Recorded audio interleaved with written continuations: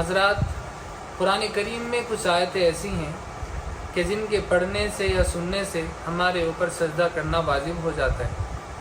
कि कुरान करीम में 14 मकामात ऐसे हैं, 14 आयतें ऐसी हैं कि जब भी हम उनको पढ़ते हैं या सुनते हैं, नमाज में पढ़ें या नमाज के बाहर पढ़ें, नमाज में सुने या नमाज के बाहर सुने, तो हमारे ऊपर सजदा करना ज़रूरी होता है, वाजिब होता है और उसको करना ही होता है। अलावा नमाज के कि अगर नमाज के अंदर हमारे ऊपर सजदा वाजिब होता है और हम नमाज के अंदर सजदा करना भूल जाते हैं तो बाद में सजदा साबित हो जाता है। लेकिन बहरहाल फिर भी तौबा और इस्तिग़फ़ार लाजिम है कि आदमी तौबा और इस्तिग़फ़ार करे। और सजदा तिलावत का तरीक़ा यह है कि हम नियत करके अल्लाहु अकबर कहते हुए सजदे में जाएं, हाथ ना उठाएं और सजदे में जाकर 3 मरतबा कम अज़ कम सुबहान रब्बियल आला कहें और फिर वापस अल्लाहु अकबर कहते हुए खड़े हो जाएं। बेहतर तरीक़ा ये है। और अगर आप बैठ कर के सजदा करना चाहते हैं तो इस तरह भी कर सकते हैं कि बैठे हुए आप अल्लाहु अकबर कहते हुए सजदे में जाएं और 3 मरतबा कम अज़ कम सुबहान रब्बियल आला कहें और फिर अल्लाहु अकबर कहते हुए आप वापस बैठ जाएं। इस तरह सजदा तिलावत अदा हो जाता है।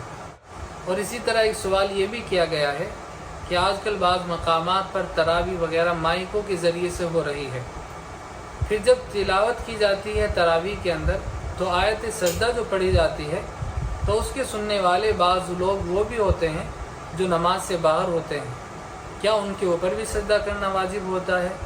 जी हाँ, हर एक के ऊपर सजदा करना वाजिब हो जाता है। और इसी के मुतालिक एक अहम मसला ये भी है कि अगर आप एक ही आयत को कई मरतबा पढ़ते हैं एक ही मजलिस के अंदर और सजदा तिलावत आप कई मरतबा पढ़ लेते हैं एक ही आयत को, तो इससे हमारे ऊपर एक ही सजदा वाजिब होगा।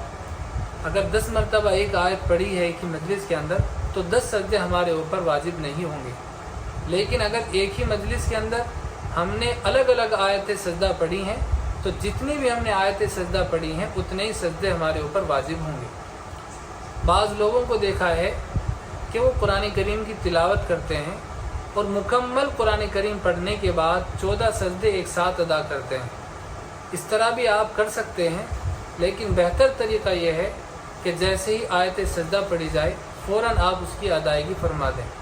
बाद में शायद याद रहे या ना रहे, तो इसलिए बेहतर यह है कि जैसे ही वाजिब हो फ़ौरन उस वाजिब की अदायगी कर दी जाए।